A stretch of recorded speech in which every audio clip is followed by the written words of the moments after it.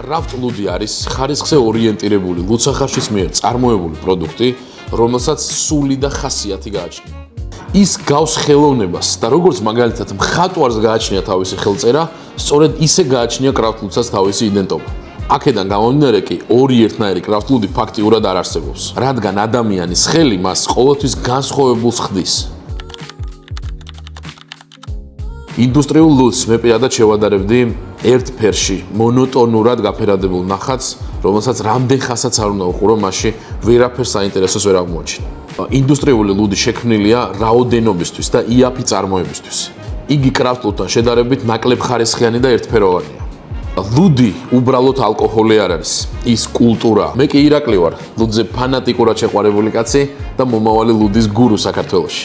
გამოიწერე ჩემი გვერდი, რათა მეტი საინტერესო ამბები შეიტყო ლუდის შესახებ.